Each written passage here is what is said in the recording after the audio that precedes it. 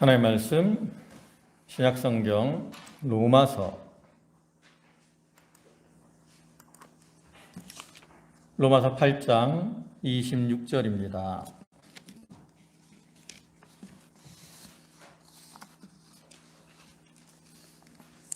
신약성경 로마서 8장 26절, 신약성경 페이지로는 250쪽.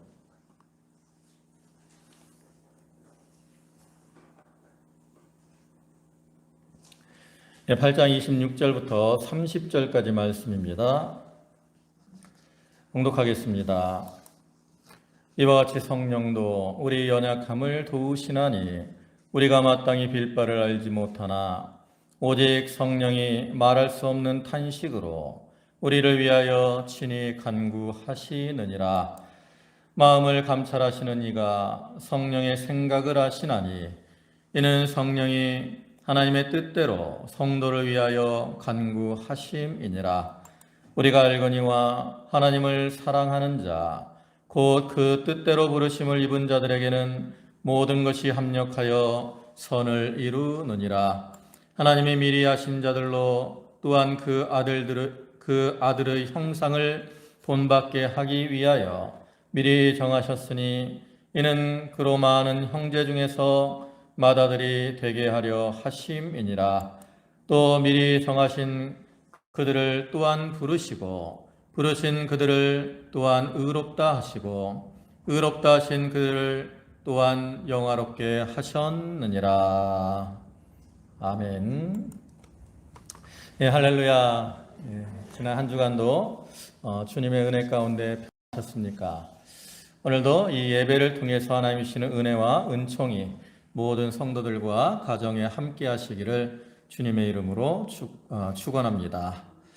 예, 오늘은 로마서 8장 26절부터 30절까지 말씀을 보셨는데 그 중에 26절 상반절을 보시면 성령도 우리의 연약함을 도우시나니 이렇게 말씀을 하고 있는데 이 말씀을 근거로 해서 성도를 도우시는 성령 또는 교회를 도우시는 성령, 이러한 제목으로 함께 은혜를 나누고자 합니다. 우리가 인생을 살아가다 보면 우리의 삶 속에서 참 우리가 많은 도움을 주기도 하고 받기도 하면서 살아갑니다. 태어나서부터 어느 정도 자랄 때까지는 그 부모와 가족의 도움을 받으며 살아가게 되죠. 혹시 부모가 없고 가족이 없는 그러한 사람들일지라도 다른 누군가의 도움이 있어야 살아갈 수 있는 것으로 우리의 인생들입니다. 또 거기서 조금 자라나서 이제 학교에 가게 되면 학교에서도 선생님들이나 또 친구 또 학교의 직원들 그들의 도움을 받으며 살아가게 되죠. 나와 관계가 없는 것 같아도 그 안에서 나도 모르게 크고 작은 도움을 받으며 살아가는, 또 더 커서 이제 학교를 졸업하고 직장에 들어가서도 마찬가지입니다. 우리가 직장에 취직을 해서 직장 생활을 할 때 거기서도 다른 사람들, 상사나 동료나 심지어는 후배들과의 관계 속에서 서로 도움을 받으며 생활을 하게 되죠. 그 외에도 우리가 사회생활을 하다 보면 나와 관계가 없는 그러한 사람들, 경찰이나 공무원 같은 이러한 사람들에게도 우리가 도움을 받으며 살아가기도 합니다. 이와 같이 우리의 삶 속에서 우리가 많은 도움을 받으며 살아가는 것처럼 우리가 신앙생활을 함에 있어서도 우리가 도움을 받기도 하고 도움을 주기도 하며 살아가죠. 보통 처음에 이 교회에 나와서 신앙생활을 하다 보면 어린아이와 같아서 그 신앙의 길에 홀로 서지 못하고 넘어질 때가 많이 있습니다.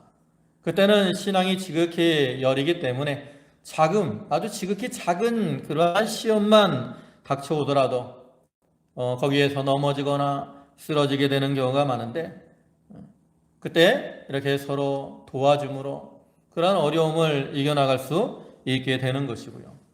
또 신앙생활을 오래 했을 경우에도 우리가 알게 모르게 서로 돕기도 하고 이렇게 도움을 받기도 하면서 신앙생활을 하는 거예요. 그래서 야고보서 5장 13절부터 말씀을 보면 이렇게 말씀을 하잖아요. 너희 중에 고난당하는 자가 있느냐? 저는 기도할 것이요. 즐거워하는 자가 있느냐? 저는 찬송할지니라. 너희 중에 병든 자가 있느냐? 저는 교회 장로들을 청할 것이요. 그들은 주의 이름으로 기름을 바르며 위하여 기도할지니라. 믿음의 기도는 병든 자를 구원하리니 주께서 저를 일으키시리라. 혹시 죄를 범하였을지라도 사심을 얻으리라. 이러므로 너희 죄를 서로 고하며 병 낫기를 위하여 서로 기도하라.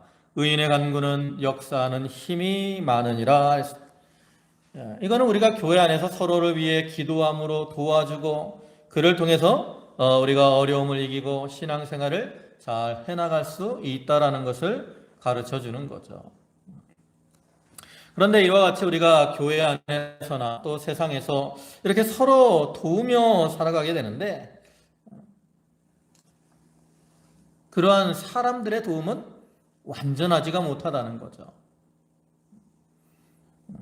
그렇지만 우리 성도들에게는 이러한 사람의 도움 외에도 또 다른 도움이 있기 때문에 우리가 신앙의 길을 잘 걸어갈 수가 있는 겁니다. 그럼 우리에게 있는 또 다른 도움은 뭡니까? 바로 하나님의 도움이죠. 성경을 보면 하나님께서 우리의 도움이 되시고 또 우리의 돕는 자가 되신다라는 것을 여러 곳에서 말씀을 하고 있는 것을 볼 수 있습니다. 그 중에 이제 신명기 33장 29절을 보시면 이스라엘아 너는 행복자로다. 여호와의 구원을 너같이 얻은 백성이 그는 너를 돕는 방패시니 너의 영광의 칼이로다. 내 대적이 내게 복종하리니 내가 그들의 높은 곳을 밟으리라. 이와 하나님이 우리의 도움이 되시기 때문에 우리가 승리하고 또 행복을 누릴 수 있음을 말씀을 하지요. 또 시편 118편 7절에서는 여호와께서 내 편이 되사 나를 돕는 자 중에 계시니 그러므로 나를 미워하는 자에게 보응하시는 것을 내가 보리로다. 여기서도 하나님께서 우리를 도우시기 때문에 우리가 원수들을 이길 수 있다라는 겁니다. 그래서 우리는 이 신앙의 길을 걸어감에 있어서 이와 같이 우리의 도움이 되시는 하나님을 인식하고 살아가야 됩니다. 시편을 보면 다윗이 하나님께 이렇게 어려울 때마다 간구하는 그러한 기도의 내용을 많이 볼 수 있는데 다윗이 이와 같이 그 환난 때 하나님 앞에 간구할 수 있는 것은 하나님이 자기의 도움이 되시는 것을 확실히 깨닫고 믿고 나아갔기 때문이라는 거죠. 물론 오늘날 신약시대는 그 하나님의 도움의 손길이 구약시대와 같이 우리의 눈에 보이도록 확실하게 나타나지 않는 경우는 많이 있습니다. 그럴지라도 하나님의 도움이 없는 것은 결코 아니라는 거죠. 하나님은 늘 우리의 삶 속에 함께 하시며 여러 모양으로 우리를 도와주십니다. 특별히 성령의 역사를 통해서 우리를 도와주시고 계시는 거죠. 우리가 오늘 본문의 말씀을 통해서 이렇게 우리 성도를 도우시는 그러한 성령의 역사 또 이유들에 대해서 살펴보고 그러한 도움에 대한 확신을 가지고 우리 앞에 닥쳐오는 여러 가지 어려움들 시험들을 잘 이기고 그 가운데서 참 평안과 기쁨을 누리며 사는 그러한 성도들이 다 되도록 해야 되겠습니다. 이제 이 본문 26절을 다시 보시면 이와 같이 성령도 우리의 연약함을 도우시나니 라고 말씀을 하고 있는데 이와 같이 성령은 우리의 성도들을 도와주시는 분입니다. 여기 로마서 8장을 쭉 보면 우리 성도들이 예수 그리스도를 통해서 구원을 받았고 양자의 영을 받아서 하나님의 자녀가 된 자들임을 말하죠.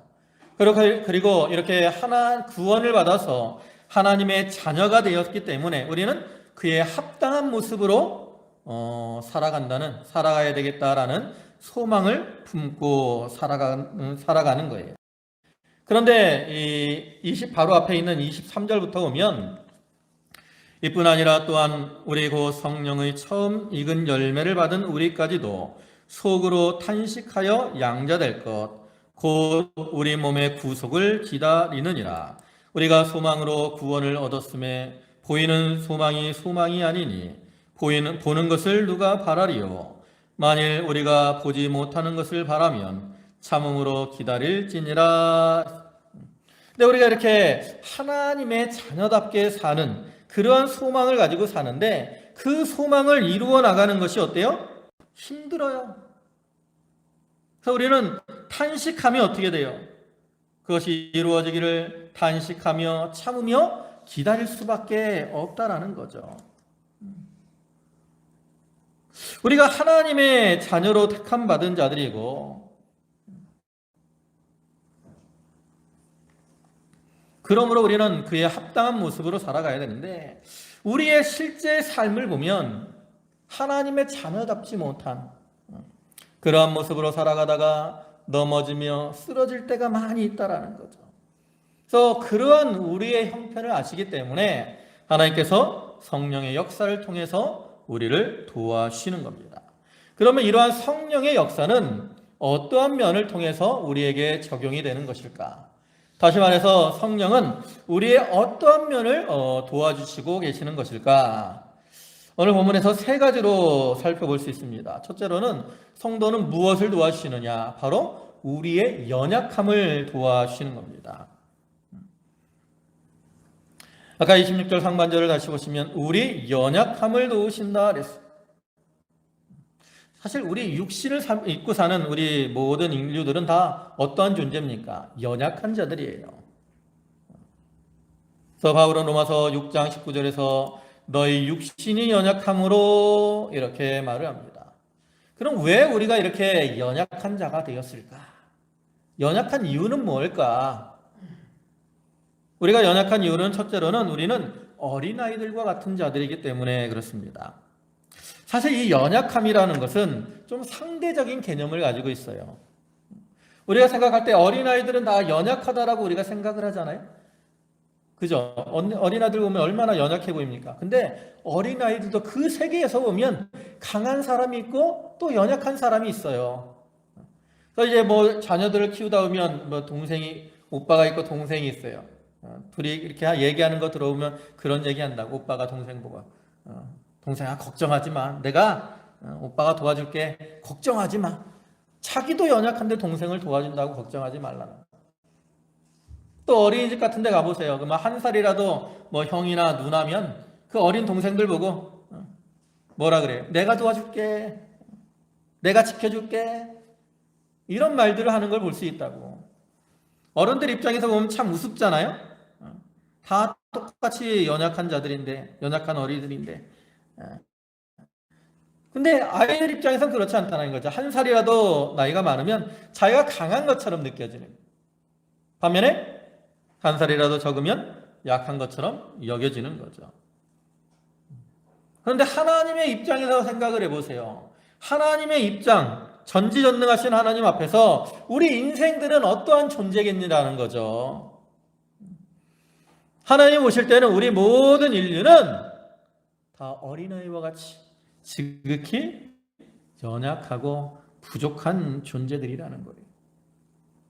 그래서 우리가 이렇게 어린아이와 같이 연약하고 부족한 존재들이기 때문에 하나님께서 성령을 통해서 우리의 연약함을 도와주시는 겁니다. 로마서 5장 6절의 말씀을 보면 우리가 아직 연약할 때에 기약대로 그리스도께서 경건치 않은 자를 위하여 죽으셨도다. 예수 그리스도께서도 우리를 구원해 주실 때 언제 구원해 주셨어요? 우리가 연약할 때에 우리를 도우시기 위해서 십자가에서 죽어주신 겁니다. 여러분, 만약에 내가 강해가지고 스스로 죄를 이기고 스스로 사단을 이길 수 있다. 그렇다면 예수 그리스도의 십자가도 필요가 없고 오늘날 성령의 도우심도 필요가 없을 거예요. 그러나 우리가 우리 자신을 보면 우리가 얼마나 쉽게 죄의 미혹이 되고 또 사단에게 잘 넘어가고 있습니까? 마치 어린아이들이 길을 걸어가는 모습과 같다라는 거죠. 여러분 이렇게 자녀들하고 길을 걸어가 보시거나 아니면 뭐 요즘 여기는 다 이제 손주나 아니면 증손주들이실 텐데 그 어린아이들이 이렇게 걸어가는 모습을 보세요. 이제 처음에는 엄마 손을 꼭 잡고 가던 애들이 조금 크면 이제 어떻게 해요? 엄마 손을 뿌리치고 자기 혼자 걸어가려고 그런다고. 근데 그 걸어가는 모습을 뒤에서 이렇게 보고 있으면 어떻게 돼요? 뒤뚱뒤뚱 하면서 조금만 장애물이 있어도 넘어지고, 조금만 웅덩이가 있어도 넘어지고, 어쩔 때는 그냥 걸어가다가 혼자 중심을 잡지 못해서 넘어지고 쓰러지기도 하죠. 그러한 어린아이처럼 우리도 지극히 연약하여서 늘 넘어지고 쓰러지는 그러한 인생들이기 때문에, 그러한 연약함을 아시는 하나님께서 우리를 도와주시는 거예요. 예수님이 이 땅에 오셔서 육신을 입고 우리에 대해서 친히 채유를 하셨잖아요. 히브리서 4장 15절에 우리에게 있는 대제사장은 우리의 연약함을 채울하지 아니하는 자가 아니요 그랬어요. 이 말은 뭡니까? 우리의 연약함을 채울하셨다라는 거죠. 경험을 하셨어요. 누가? 예수님이.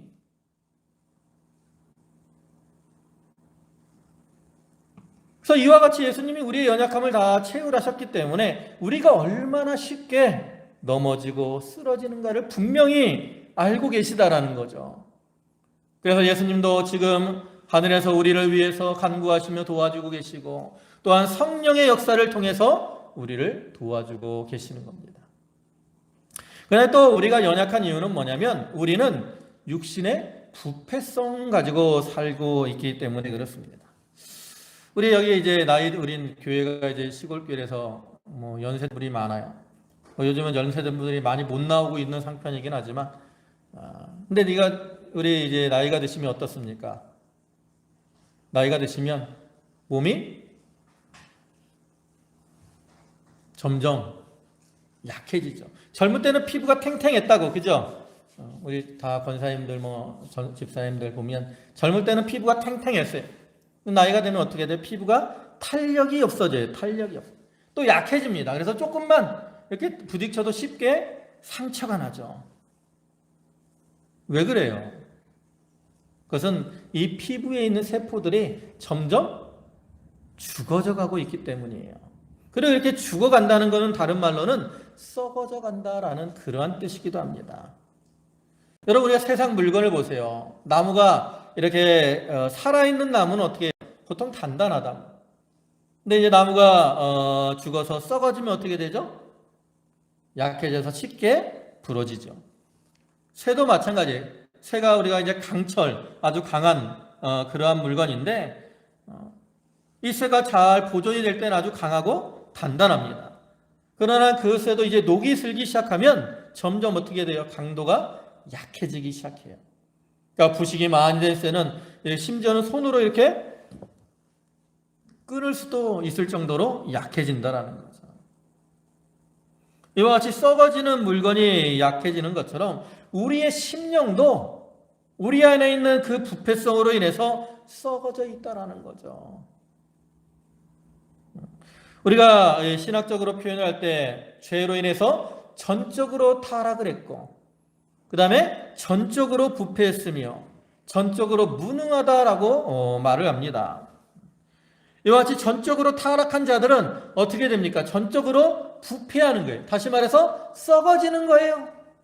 썩어지니까 어떻게 돼요? 무능해져. 약해지는 거예요. 약해지는 거.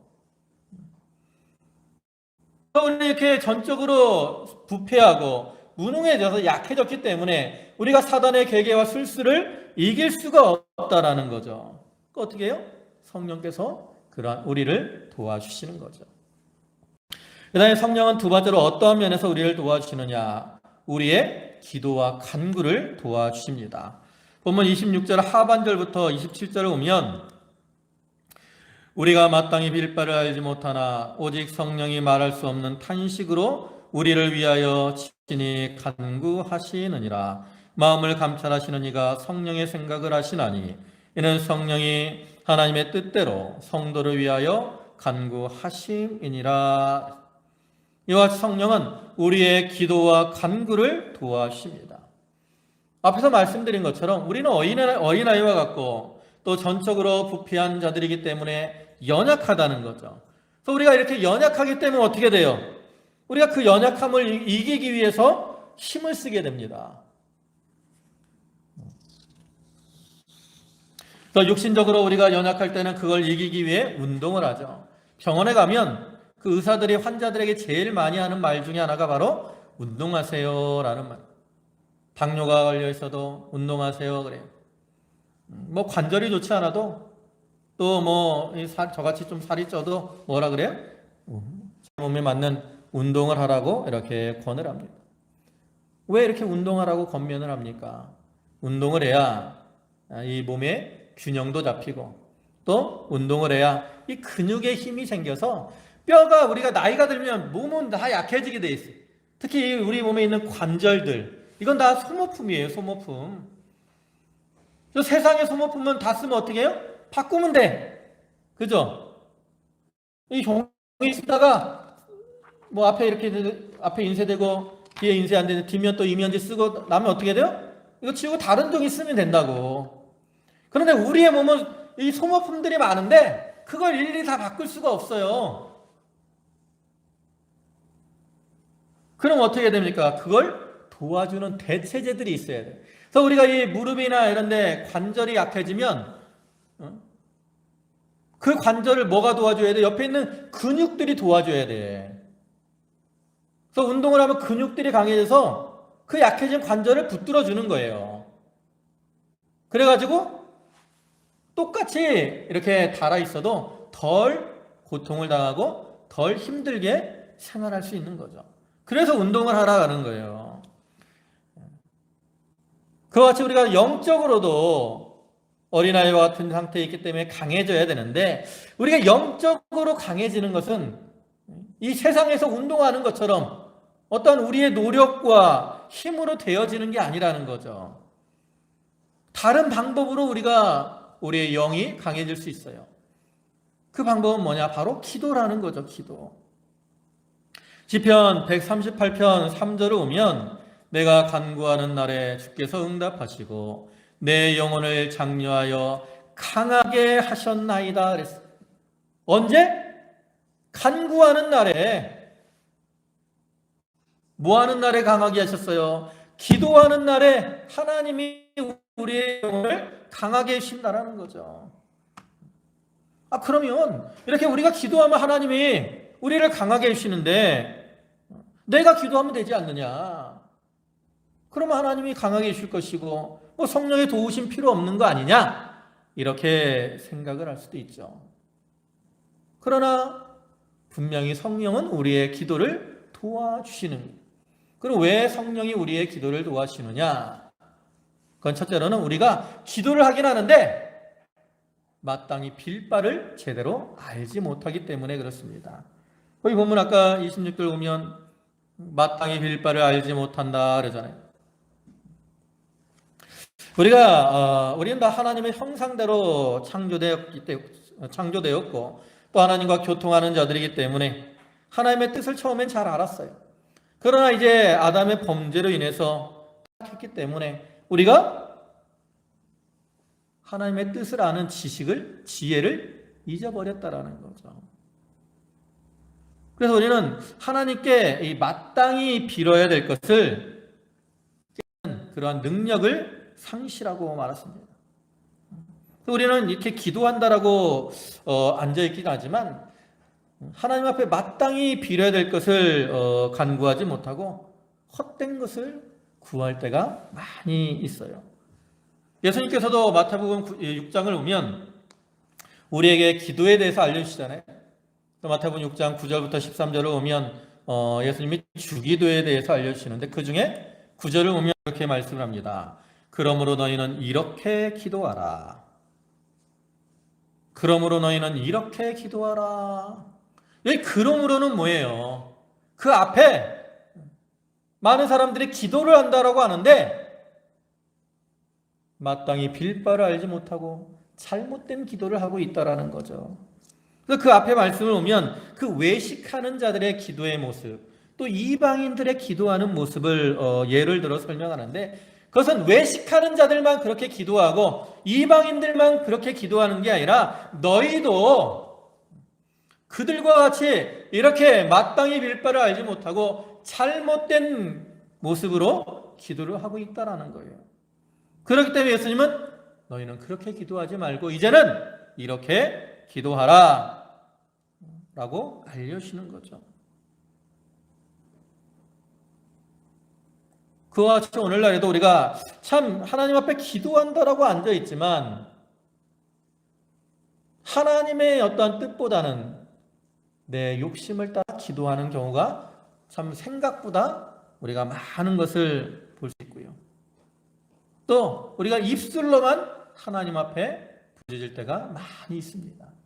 그래서 성령께서는 우리를 도우셔서 우리가 마땅히 구할 것을 구할 수 있도록 도와주십니다. 그런데 또 성령께서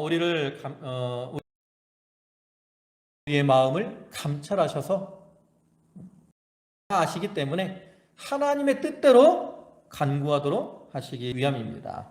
27절을 다시 보시면 마음을 감찰하시는 이가 성령의 생각을 하시나니 이는 성령이 하나님의 뜻대로 성도를 위하여 간구하심이니라. 여기 마음을 감찰하시는 이는 하나님을 가리키지만 또한 성령을 가리키기도 하죠. 그래서 성령, 오순절 성령은 우리가 믿을 때 우리 성도의 심령에 이렇게 임하셨습니다. 그리고 우리 속에서 내주하셔요. 그리고 이와 같이 내주하시면서 우리를 감찰하시는데 우리를 감찰하시기 때문에 우리의 어떤 마음의 상태, 마음의 소원을 다 알고 계신다라는 거죠. 그리고 그러한 성령께서는 우리 성도들이 이제 하나님 앞에 무엇을 구해야 되는가, 무엇이 하나님의 뜻에 합당한 기도인가, 이것을 친히 알려주시는 거예요. 예수님께서도 요한복음 14장 26절을 보면 보혜사 곧 아버지께서 내 이름으로 보내실 성령 그가 너희에게 모든 것을 가르치시고 그랬습니다.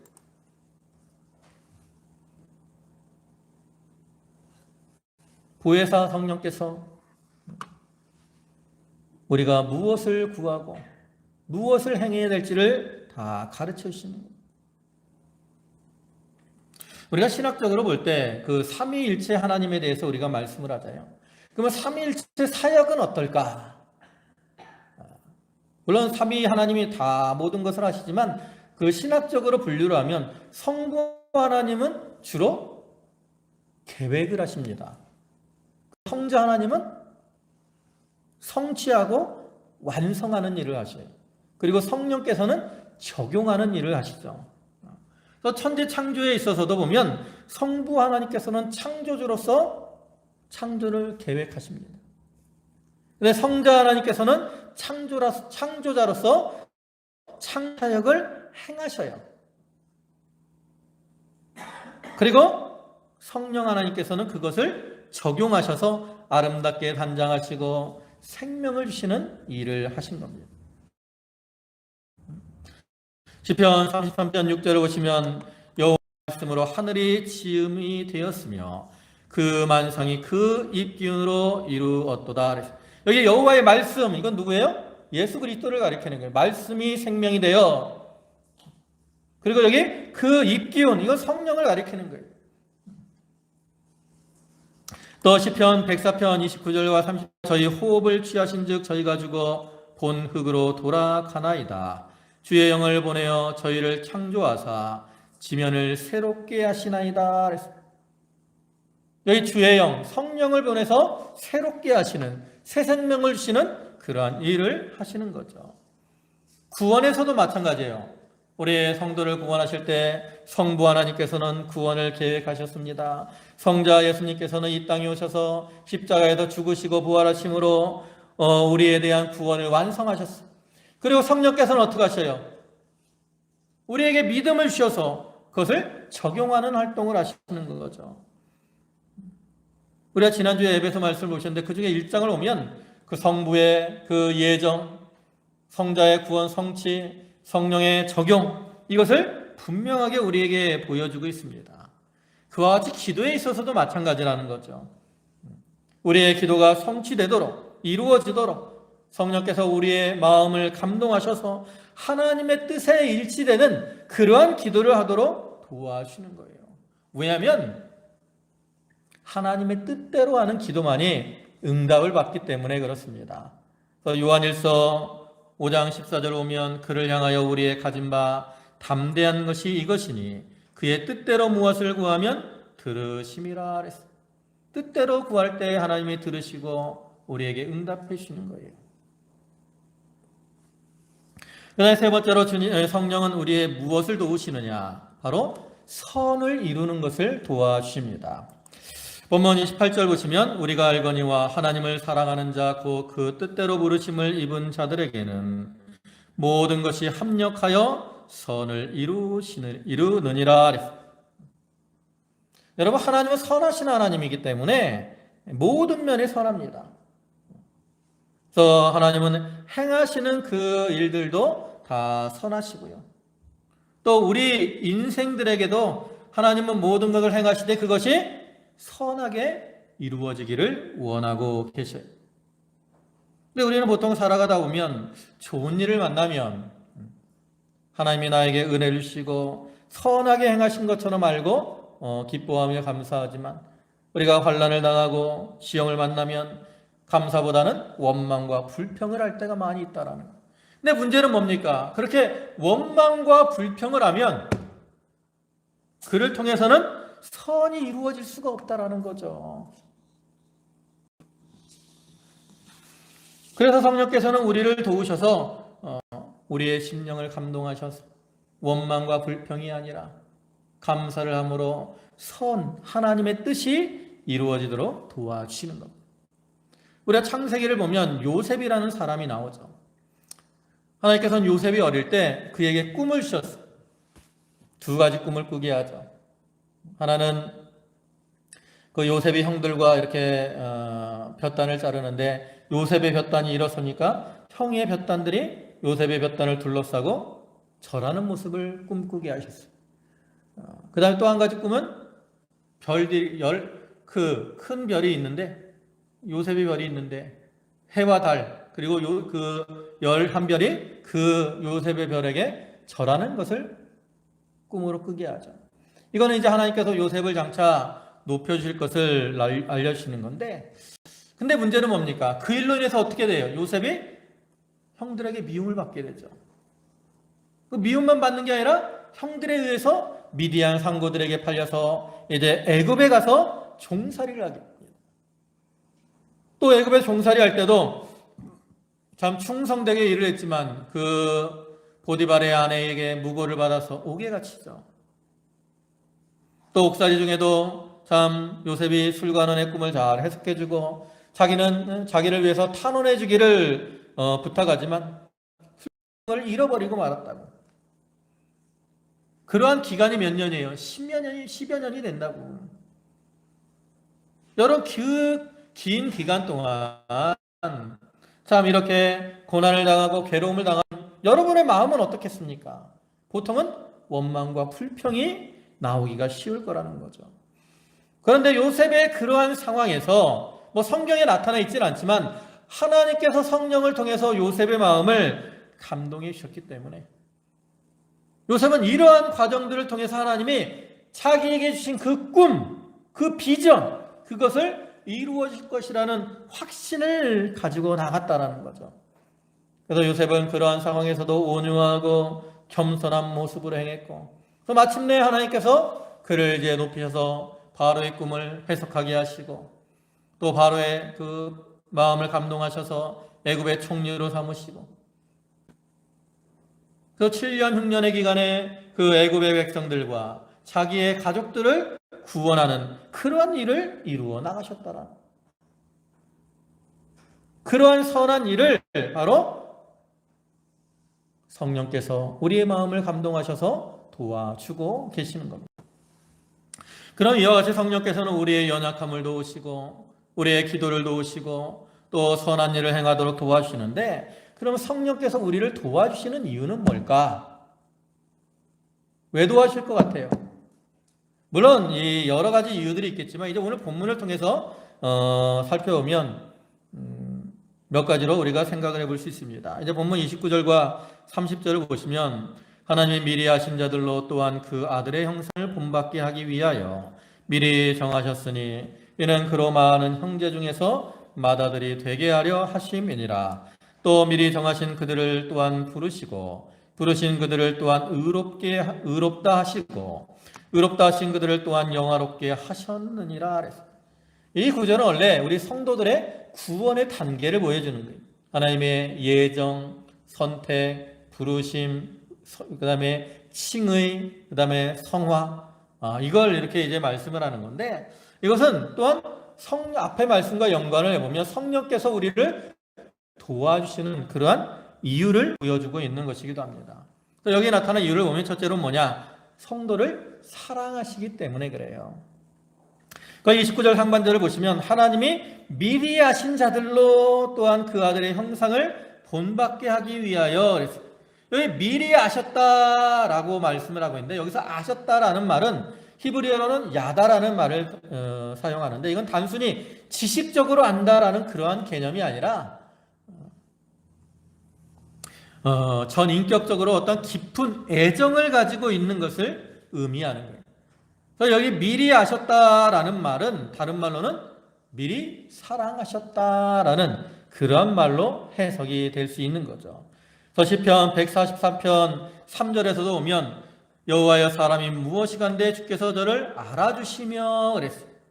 또 아모스 3장 2절에서도 내가 땅에 있는 땅의 모든 족속 중에 너희만 알았나니 그랬어요. 이와 같이 하나님께서 이스라엘 족속들을 특별히 사랑하셨음을 이렇게 알았다라는 표현을 통해서 보여주고 계시는 거죠. 이처럼 하나님께서는 성도를 창세전부터 사랑해 주시고 그 사랑을 통해 근거로 구원해 주셨고, 또 하나님께서 우리에게 보여주시는 그 행하시는 모든 역사도 사랑을 근거로 한 겁니다.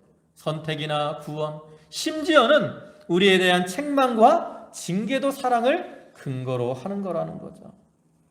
그래서 성령께서도 이러한 하나님의 사랑으로 우리의 연약함을 도우셔서 우리가 그리스도의 형상을 이루어 나갈 수 있도록 해주시는 겁니다.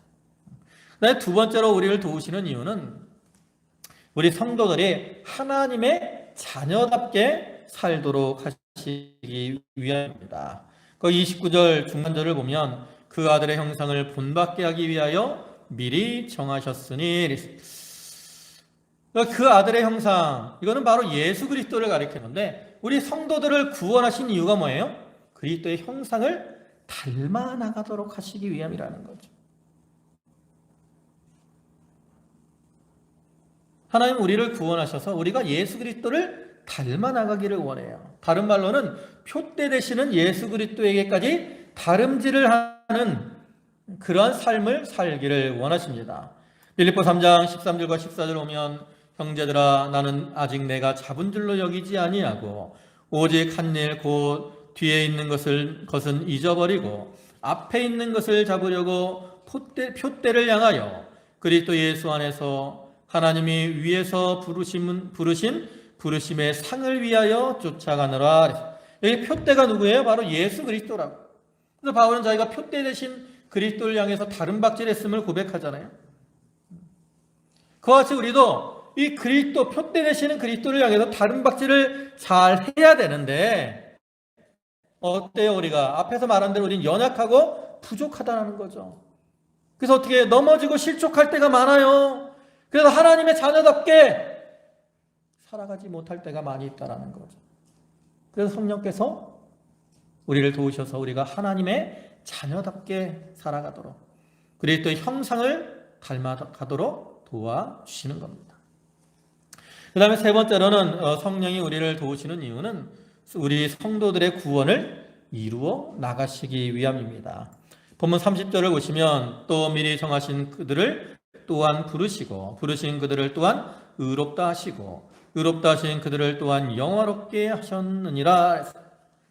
이것은 그 하나님의 부르심을 받은 우리 성도들이 점점 의로워지고 또 성화를 이루고 영화로운 모습으로 살아가야 될 것을 가르치죠. 그래서 우리가 이렇게 의를 이루어 나가는 것을 이제 신학적으로 여러 가지로 표현을 하죠. 그래서 어떤 것은 자라나는 것에 비유를 하기도 합니다. 에베소 4장 13절을 보면 우리가 다 하나님의 아들을 믿는 것과 아는 일에 하나가 되어 온전한 사람을 이루어 그리스도의 장성한 분량이 충만한 데까지 이르리니. 이 온전한 사람을 이룬다는 건 자라나는 걸 말하는 거예요. 어디까지? 그리스도의 장성한 분량에 이르기까지. 또 유다서 1장에서는 이렇게 말을 하죠. 사랑하는 자들아, 너희는 너희의 지극히 거룩한 믿음 위에 자기를 건축하며 성령으로 기도하며. 구원을 이루는 것을 이렇게 건축하는 것에 비유를 하기도 합니다. 우리가 보통 세상에서는 아이가 태어나면, 생명이 이렇게 태어나면 특별한 문제가 없으면 어떻게 돼요? 시간이 지나면 저절로 자라나요. 그죠? 그런데 영적인 면에는 그렇지가 않아요. 우리가 믿음 생활을 오래 했다고 저절로 구원이 완성이 되는 게 아니라는 거죠. 우리가 구원을 이루는 일은 어떤 한순간 잠깐 하고 마는 게 아니에요. 언제까지 해야 됩니까? 죽을 때까지 한다고. 우리가 달리기를 할 때 100m 같은 그 짧은 단거리를 뛸 때는 좀 힘이 들어도 잠깐만 뛰면 되니까 한번 도전을 해볼 수도 있어요. 그런데 마라톤과 같이 긴 거리, 오랜 시간을 뛰어야 되는 거는 쉽게 염두가 안 나잖아요. 왜? 오래 한다는 게 부담이 되거든. 그와 같이 우리가 구원을 이루어 나가는 것도 내가 그냥 처음 믿을 때 잠깐 하거나 아니면 좀 믿은 다음에 잠깐 하거나 이러고 말면 좀 열심히 해볼 텐데 그렇게 짧은 기간이 아니에요. 여러분 신앙생활을 몇 년 하셨습니까? 여기 우리 교인분들 다 최소한 10몇 년, 20년, 30년, 50년, 100, 여기 이제 오래 하신 분들은 연세가 80세가 넘으시면 80년 하신 분도 있을 수 있고. 그렇게 오랜 기간 신앙을 생활을 해요. 그리고 그렇게 오랜 기간 동안 어떻게 해야 돼? 구원을 이루어 나가는 생활을 해야 된다고. 근데 문제는 젊을 때는 좀 힘이 있지만 나이가 들면 들수록 어떻게 해요? 기운이 빠지잖아요. 약해진다고. 감당하기가 어려울 때가 많아요. 그런데 우리가 이런 구원을 이루어 나가는 일은 중단해서는 안 된다라는 거죠. 세상 말에도 가다가 아니 가면 아니 감만 못하다 그랬어요. 중단하면 유익이 없어요. 성경에서는 쟁기를 앓고 나아가는 애가 뒤를 돌아다 보면 침륜에 빠진다 그랬다고. 침륜에. 우리가 신앙생활에 구원을 이루어 나가는 걸 중단하면 침륜에 빠지고 손해를 보게 된다라고. 그렇기 때문에 성령께서는 우리가 구원을 이루어 나가는 일을 중단하지 않도록 어떻게 해요? 도와주고 계신다라는 거죠.